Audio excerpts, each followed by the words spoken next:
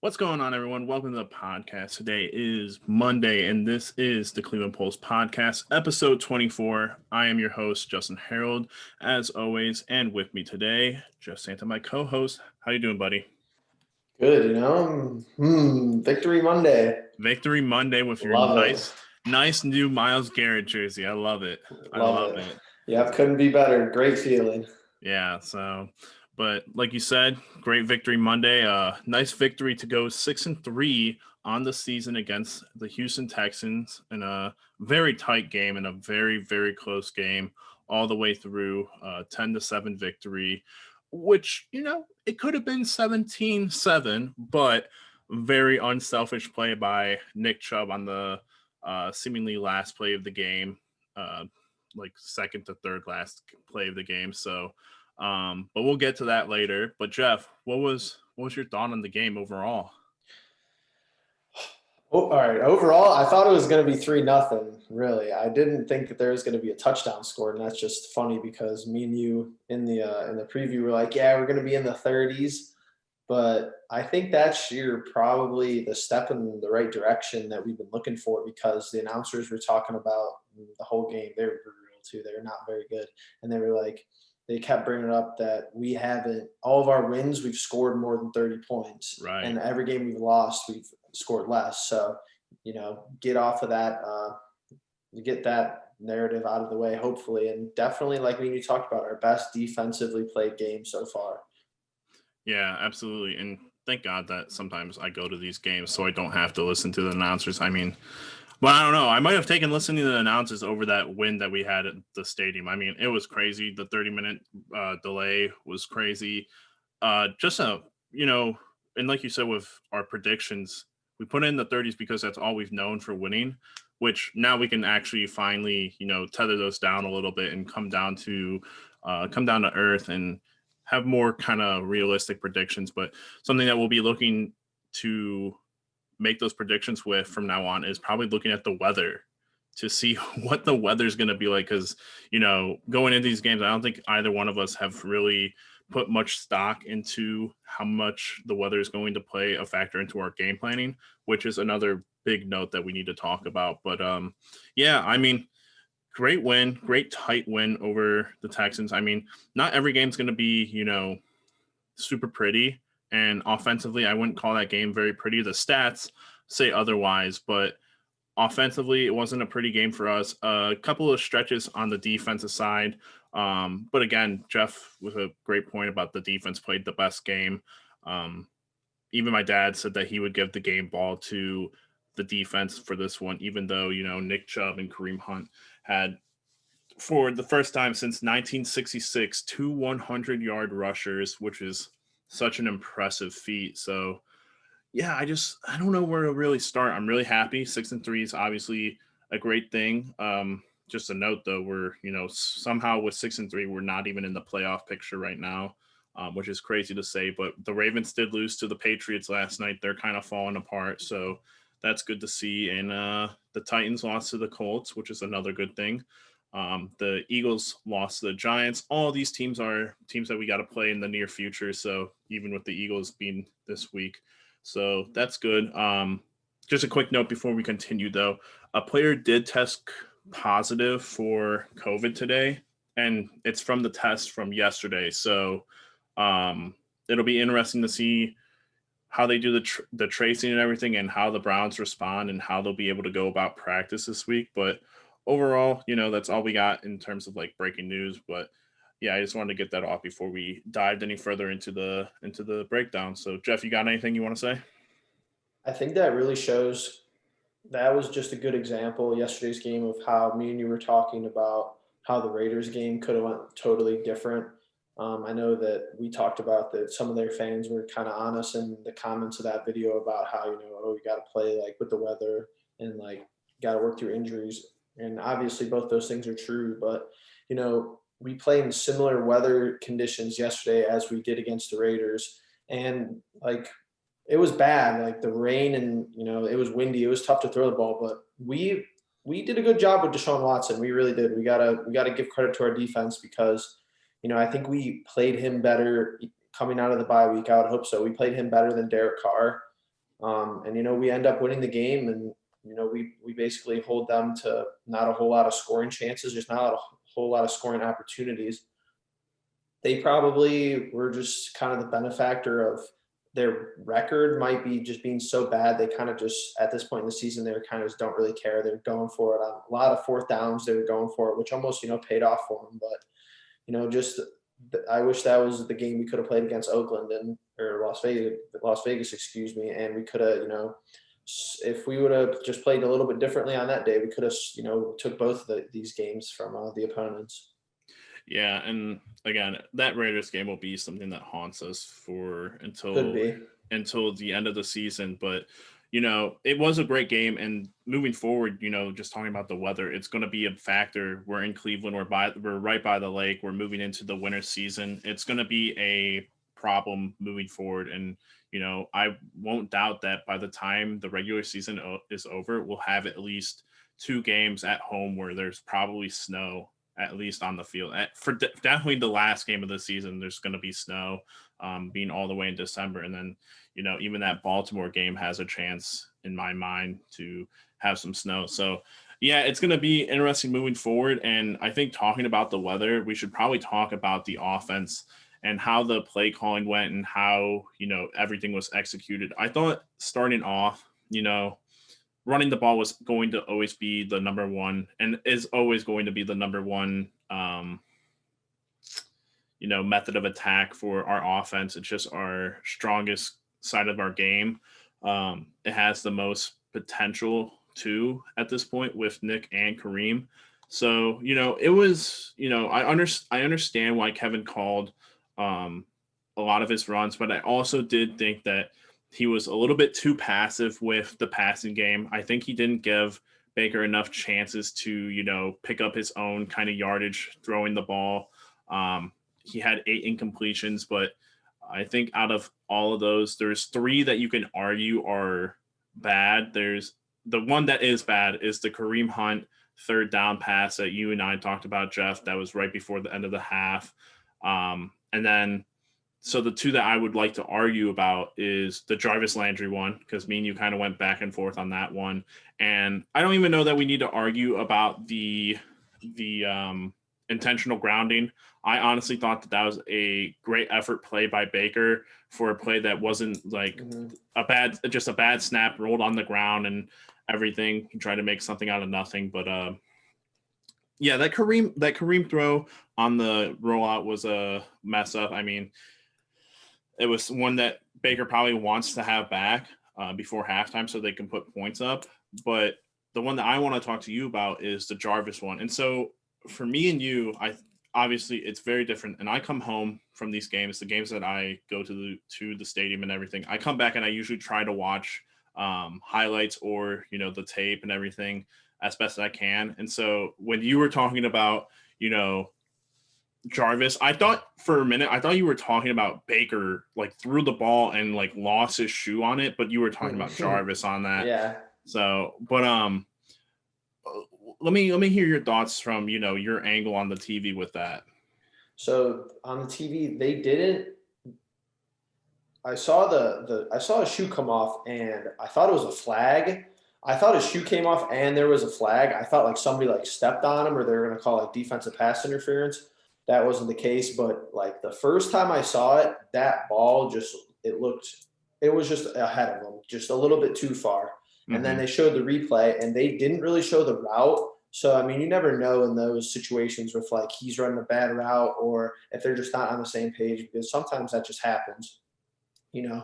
Baker might be thinking that's a throw to space, and Jarvis might be thinking that that's a throw to, maybe to him or a little bit before, where Baker thought he was throwing it to. So on that front, we can't really comment, but it just seemed like even his shoe came off kind of just running. And even if it wouldn't have came off, I still don't think he would have. I still think the ball was too far out in front of him for Jarvis to make a play on the ball, regardless if it was a bad or good route.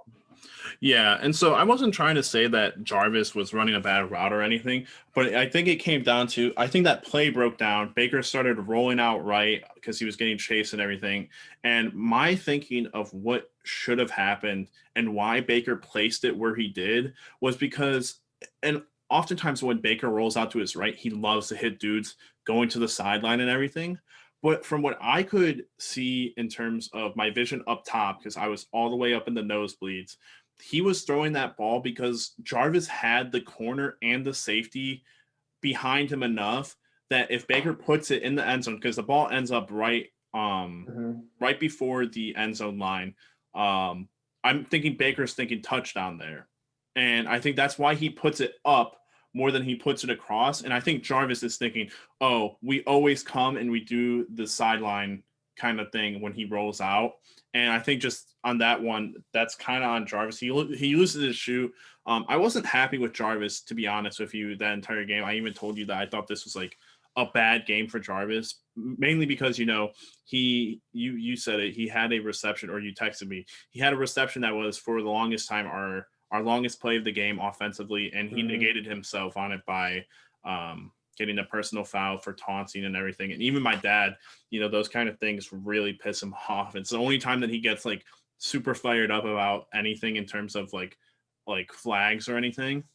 And so, there was that. And then there was the screenplay that, he tried to bounce it outside when I was looking at it from down top, and over the, like when I was watching highlights, I don't know why he tried to bounce it outside when he had like a good 5 to 10 yards of not open field, but like enough room for him to pick up those yards instead of just like doing what he did. But going back to the play calling, I thought that there was just too many times where Kevin would call first and second down runs that would just get completely blown up, like first, like 1 yard, 2 yard pickups. And then, it would put Baker in the situation of having to pick up on just, defenses knowing it's third and long. They're going to throw the ball on a windy day, just putting him in bad spots when they really didn't have to do that. I really just like that game felt for me, it was like a lack of confidence in Baker, and for not a good reason. And maybe it's because he thought, okay, it's too windy. I don't want to put Baker in the position of having to throw a ball in this condition. But I just, that 3rd and 18 throw that he had to Higgins was by and far the best play of the game for me, besides Nick Chubb ripping off however long that run was and stopping. But I just think he needs to have a little bit more confidence in Baker. I think Baker did a lot of good things in that game. I thought that there was the one play where he hit Higgins, but he had Kareem. He had like levels to who he could have hit. And I thought he had really great decision making that game. It was just, the conditions kind of held him back from having a better game than he did. I thought he outplayed throwing the ball wise. I thought he outplayed Deshaun Watson, even though Deshaun had a touchdown. Yeah, I think the conditions were probably a huge factor, especially with the wind. Just making sure that Baker's confidence is up, because if he throws like a decent ball and then it just gets caught in the wind and it gets intercepted, I think, like you said, Stefanski was trying to limit the mistakes that Baker was like what he potentially could make.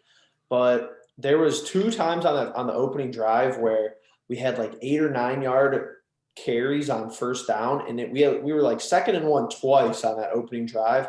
And I thought at least 1 out of the 2 times we were going to try to take a shot downfield, just we'll pick up the 1 yard on 3rd down.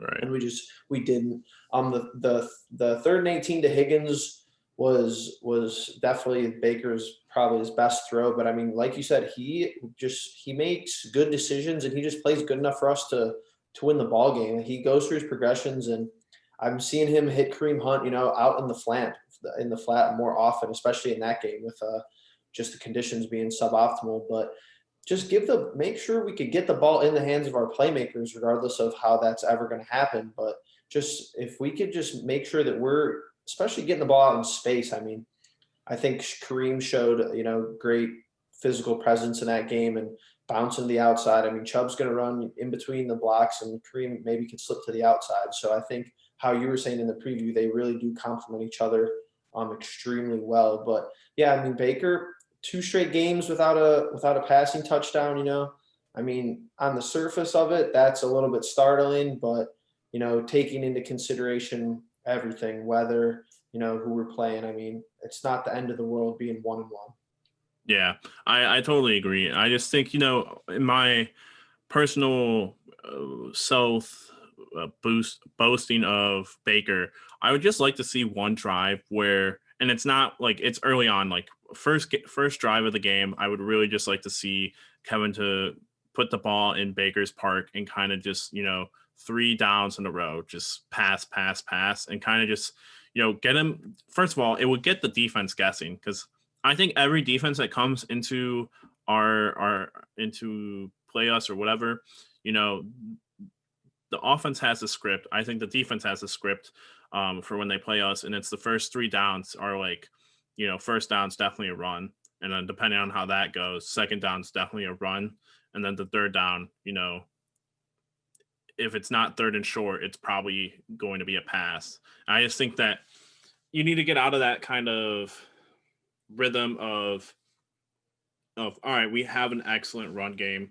Let's just continue to bash it down their throats because although it ended up working in the fourth quarter, because like you pointed out to me, Jeff, in the third quarter, our rushing game was behind theirs, and you know credit to Nick Chubb and Kareem Hunt for just continuing to chug along into that fourth quarter, and to Kevin Stefanski to keep trusting. I mean, it wasn't even him like trusting; it was just like he had that game plan and he just went with it and stuck with it, even though we didn't have points up on the board. But at a point, it was 10-0, and I was still in the mindset of as much as I would like to run out the clock, I would also like to put up at least one more score, at least like a field goal or a touchdown.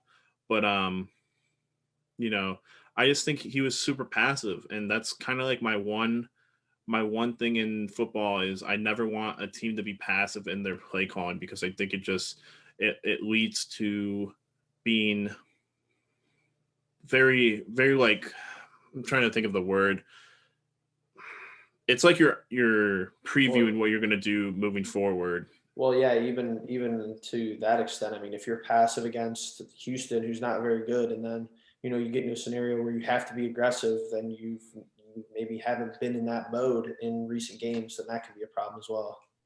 Yeah, and granted, awful conditions. It won't stop being a point for the next couple of weeks, but I look forward to getting to go somewhere sunny like Jacksonville and actually watching a game where Baker can let loose a little bit.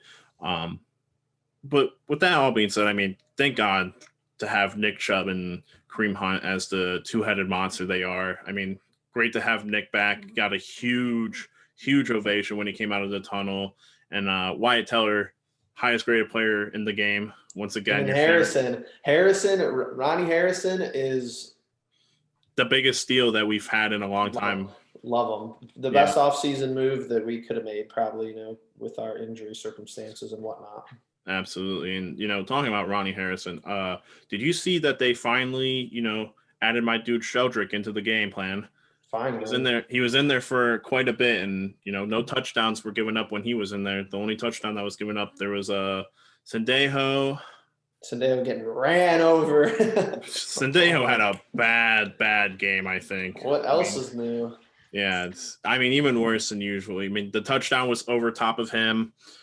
Mitchell was there, and I want to say like Goodson was in the area or someone like that. But with that being said, let's talk a little bit about the defense. What did you like? I mean, obviously they did a really good job of keeping Deshaun kind of penned in for the most part.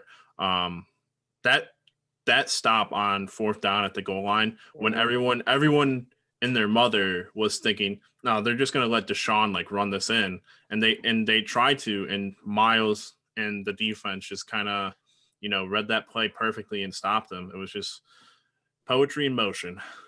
Yeah, I think I knew that that play was probably going to be a draw or something to Watson, but I mean, still, you got to defend it. And Miles, probably another MVP ball for him on the defensive side. I mean, happens every week. He's usually our best defensive player, but I don't know. I think that they had a spy on Watson. I think for some of the game, and we let him get yards, but it wasn't like that's what he's going to do. we got to him a couple of times, and there was that one play. No, there was a couple plays actually, maybe two, but there was I know one which one you're where we talking had about. him wrapped up, and he just threw the ball. I don't even think he knew where he was. I think he just threw it like they were losing. Oh, Yeah, I I know thought what his you're knee was talking about. down. I was literally looking at the replay. I thought his knee was down because literally the camera's in the backfield, and I literally don't see his head above like in the pile, and then the ball's just downfield, and their guy catches it. It was like it was third and long too. Yeah, I know. All right, so that's one We play. could have had like 3 sacks on him at the end of the day. Should have had like 4 maybe. Yeah, so that was the one where he was getting wrapped up and like it looked like he was like coming back because like someone was pulling him down and he just Yep, launched that sucker. But yeah, that was amazing. Credit to Deshaun Watson. I he's I still very think good. if you put him in the Patrick Mahomes scenario, he's got the same contract and he's got a Super Bowl and an MVP on him easy. But I would agree. he's a very good quarterback. He's going to be a great quarterback. I hope they figure out for his sake what they're doing in Houston. But the play I was thinking about was the Red Wine and Kevin Johnson blitz, where the two of them came in and it looked like they collided and like murdered Deshaun, and he got out and He scrambled spun to the out. right. Yeah. That was probably the craziest one where I like in stance, I saw it happening. I saw them colliding, and I was like, "Whoa, let's go!" And then I just see Deshaun like pop out, and I'm like, Yep. "What?" He's a big kid. He's hard to bring down, and he does have that scramble ability like we talked about in the preview. Great escapability. He's amazing. But I mean, credit to our defense. I mean, for the most part, we played the run really well, except for the one that Duke Johnson was able to kind of break away for a big gain in the third quarter, I believe. But really good in that department. And Deshaun was able to get some passes off and get the touchdown, but 20 for 30 for 163 yards with the conditions that they were in.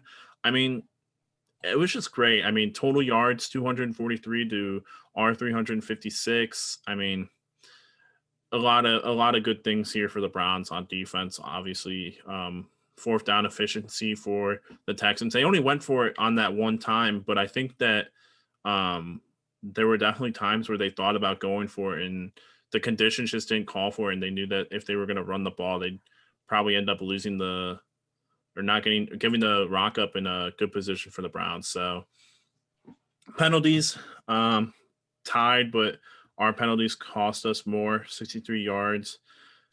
It was A pretty sloppy game. We had a couple bonehead mistakes, but I mean they're so sloppy, and that's where usually that's just how bad teams are. Like even if they're not necessarily bad, they just have had a hard schedule. But like bad teams are sloppy, and that's going to cost them because the one drive they were at like the 20 or the 25, and then they got like 3 or 4 penalties in a row, and they ended up being out of field goal range. I think pretty sure it was in the second half. But I mean, we have Jarvis being stupid. We have Mac Wilson going pile WWE driving. out there. Listen. What's going on? On 30 yards. In slow motion, it looks way worse than what it was. Oh yeah. But in person, I won't lie, it was pretty sick. I watched that happen. I was like, that's hard-nosed football. I love that. I've always thought about doing that when I was in high school. Like that. That's the best plays our linebackers have made all year. That or suplexing someone has always been like a big dream of watching someone just do it in the NFL, and Mac Wilson delivered on that, so I was kind of happy. Obviously, it led to a touchdown. wasn't very good in the moment, but he even poked fun at it on Twitter and Instagram, so I love it. But honestly, the defense took a very different approach schematically. I don't know that's correct for football terms. They changed what they did scheme wise. There was a lot of the two linebackers with five corners and 5 DBs and all that, which I really like. They brought Red Wine in as the free safety and would move Sendejo up out of coverage, which for when they had those scenarios, they didn't score, so that was great.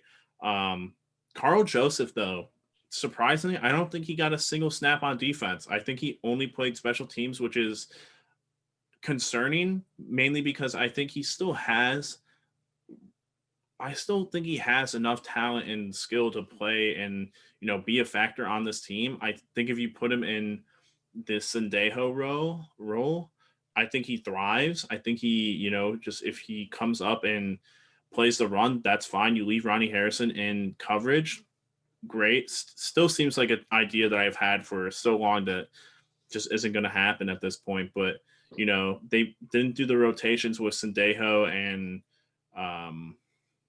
Ronnie like I thought they would. They just ended up throwing red wine back in there in certain scenarios, and good for him. I mean, he's still one of my favorite kind of low key players. But yeah, I mean, I think Kevin Johnson played, pretty good. yeah, I think he's probably the best, like you said, out of these guys on the 1-year deals. He's probably had the most positive impact so far. right. Yeah, and I mean, we'll see how it goes or how the rest of the season goes. But I like him. I think he does. He's in great positions most of the time. Just needs to shore up a little bit on coverage, but besides that, I can't really complain. I can't complain on any front this week for the defense, which is, I mean, Goodson's still not great in coverage. That's always going to be a thing. I will never understand why they think taking Mac Wilson out of the game is a good idea because, on passing downs, he comes out and Malcolm Smith comes in, which is really weird to me. But besides that, the only player that I can actually put any hate on is Sendejo, as usual. Yep. Got to get that in as per John Perillo, the weekly Sendejo hate, and then Goodson. Goodson will always be in my ire of if he makes one slight misstep, I'm gonna have to let him know. But besides that, great defense. I was really happy. I was really happy to win a close game like that, a low scoring game like that. Yeah, we really just are missing that complementary defensive football just in the middle. Because, I mean, you would hope that between Myles Garrett and one other person on the defensive line, we're going to be pretty good up there. And, we got Denzel Ward on the back end, but just shoring up that the middle pieces of our defense will really be helpful in the long stretch of the season. And hopefully that's what the bye week really enabled us to do. I mean, with everything considered, you hold Deshaun Watson and company to 7 points. So that's got to be a step in the right direction. Yeah. And I mean, moving past the season, I think the defense will be addressed more so this offseason, like the offense was addressed this past season. Let me ask you that Zach Cunningham, what did I tell you about him being the one person that I think you could have traded for and he would have actually made an impact? He was in on almost every play that I could hear. If it wasn't like a sack or something, his name was in the play. It was just incredible. He's the only linebacker, only player that I think we could have traded for that would have made an actual impact. But him and JJ, obviously the only cornerstones on that defense for them. Him and JJ, Cunningham and JJ played very well together. JJ still got it, even with all of his injuries and kind of an unfortunate series of events in his career. But I mean, I thought both defenses played pretty well, and it was a game at first energy. Honestly, I hope we could get some good weather for this Eagles game, but I don't really think so. I mean, they don't really. I think there's rain in our favor. I think there's rain in the forecast already, so might just be a first energy thing, just bad conditions all the time. I mean, it is right on the lake. After November, yeah, that probably makes sense. Once you get into November, no good weather makes sense. But yeah, I mean 6-3. I'm really happy about that. That's essentially as many wins as we had last year. So we're only going to go up from last year, and that's a good thing. I think people won't think that if we're 7 and whatever, or 8-8, or 9-5, or 9-7, whatever it is. But I'm just happy to be 6-3. I like taking it a week at a time right now because that's all we can do.